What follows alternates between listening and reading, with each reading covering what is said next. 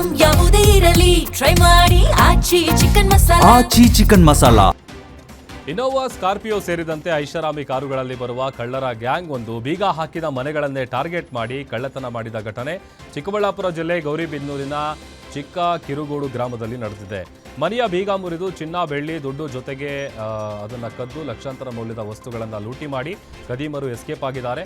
ಸ್ಥಳಕ್ಕೆ ಗೌರಿಬಿದನೂರು ಗ್ರಾಮಾಂತರ ಪೊಲೀಸರು ಭೇಟಿ ಕೊಟ್ಟು ಪರಿಶೀಲನೆ ನಡೆಸಿದ್ದು, ಕಳ್ಳರು ಕಾರಿನಲ್ಲಿ ಬಂದು ದರೋಡೆ ಮಾಡಿದ ದೃಶ್ಯ ಸಿಸಿಟಿವಿಯಲ್ಲಿ ಸೆರೆಯಾಗಿದೆ. ತುಮಕೂರು ನಗರದ ಎಂಜಿ ರಸ್ತೆಯಲ್ಲಿರುವಂತಹ ಕರಣ್ ಟೆಕ್ಸ್ಟೈಲ್ಸ್ ಅಂಗಡಿಯ 25ನೇ ವರ್ಷದ ಸಂಭ್ರಮದ ಹಿನ್ನೆಲೆ ಬಿಗ್ ಆಫರ್ಗಾಗಿ ಮಹಿಳೆಯರು ಮುಗಿಬಿದ್ದಿದ್ದಾರೆ. 100 ರೂಪಾಯಿಗೆ ಒಂದು ಸೀರೆ ಆಫರ್ಗೆ ನಾಮೊಂದು ತಾಮೊಂದು ಅಂತ ನಾರಿಯರು ಮುಗಿಬಿದ್ದಿದ್ದಾರೆ. ಚಿಕ್ಕ ಚಿಕ್ಕ ಮಕ್ಕಳೊಂದಿಗೆ ಸೀರೆ ಖರೀದಿಸಲು ಬಂದಿರೋ ದೃಶ್ಯವು ಎಲ್ಲರ ಗಮನ ಸೆಳೆದಿದೆ.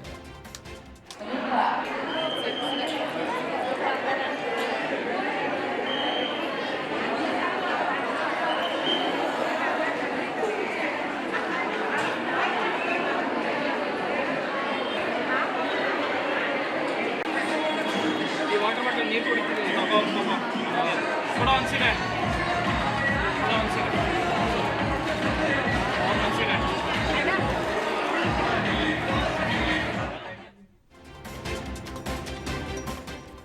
ಕೋಲಾರ ಜಿಲ್ಲೆಯಲ್ಲಿ ದರೋಡೆ ಪ್ರಕರಣಕ್ಕೆ ಸಂಬಂಧಪಟ್ಟಂತೆ 7 ಮಂದಿ ಆರೋಪಿಗಳನ್ನು ಪೊಲೀಸರು ಬಂಧಿಸಿದ್ದಾರೆ. ಬಂಗಾರಪೇಟೆ ತಾಲೂಕು ವ್ಯಾಪ್ತಿಯ ಗೊಲ್ಲಹಳ್ಳಿ ಗ್ರಾಮದ ನವೀನ್ ಕುಮಾರ್ ಅವರ ಬೈಕನ್ನು ಅಡ್ಡಗಟ್ಟಿ 8 ಲಕ್ಷ ರೂಪಾಯಿ ದರೋಡೆ ಮಾಡಿದ ಪ್ರಕರಣಕ್ಕೆ ಸಂಬಂಧಪಟ್ಟಂತೆ ಆರೋಪಿಗಳನ್ನು ಬಂಧಿಸಲಾಗಿದೆ.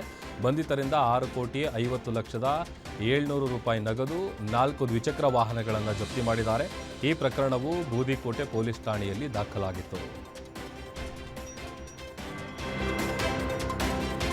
ಮೂಡಾ ಮಾಜಿ ಆಯುಕ್ತ ನಟೇಶ್ಗೆ ಮುಂಬಡ್ತಿಗಾಗಿ ಹಣ ಕೊಡಲಾಗಿದೆ ಎಂಬ ಗಂಭೀರ ಆರೋಪ ಕೇಳಿಬಂದಿತ್ತು. ಸರ್ಕಾರದ ಮುಖ್ಯ ಕಾರ್ಯದರ್ಶಿ ಶಾಲಿನಿ ರಜನೀಶ್ ವಿರುದ್ಧ ಸ್ನೇಹಮಯಿ ಕೃಷ್ಣ ಅವರು ದೂರು ಸಲ್ಲಿಸಿದ್ದಾರೆ.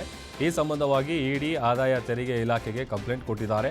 5 ಬ್ಯಾಗ್ಗಳಲ್ಲಿ ಹಣವನ್ನು ತಂದು ಶಾಲಿನಿ ರಜನೀಶ್ ಅವರ ಕಡೆಯವರಿಗೆ ನೀಡಲಾಗಿದೆ ಅಂತ ಆರೋಪಿಸಲಾಗಿದೆ.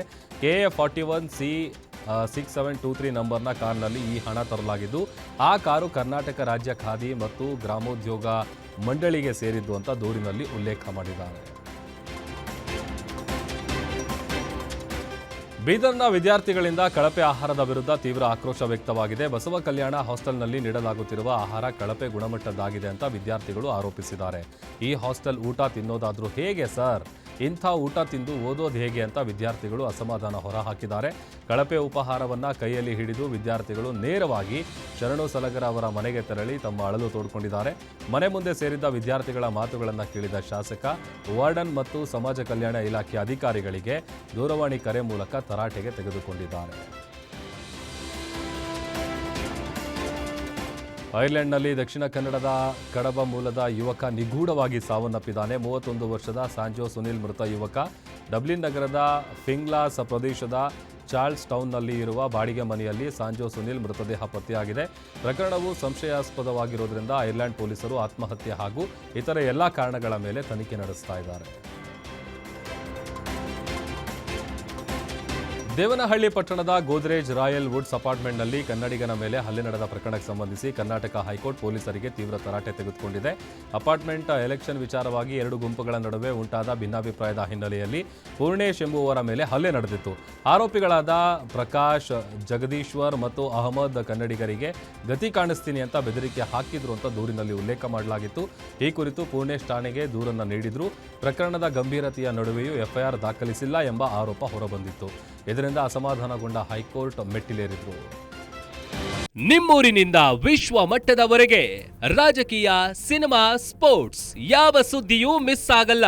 ಬರೀ ಸುದ್ದಿಯಷ್ಟೇ ಅಲ್ಲ, ಜೊತೆಯಲ್ಲೇ ಇರುತ್ತೆ ವಿಶ್ಲೇಷಣೆ. ಗ್ಯಾರಂಟಿ ನ್ಯೂಸ್ನ ಸಬ್ಸ್ಕ್ರೈಬ್ ಮಾಡಿ, ಫಾಲೋ ಮಾಡಿ, ಕ್ಷಣ ಕ್ಷಣದ ಅಪ್ಡೇಟ್ಸ್ ಪಡೆಯಿರಿ.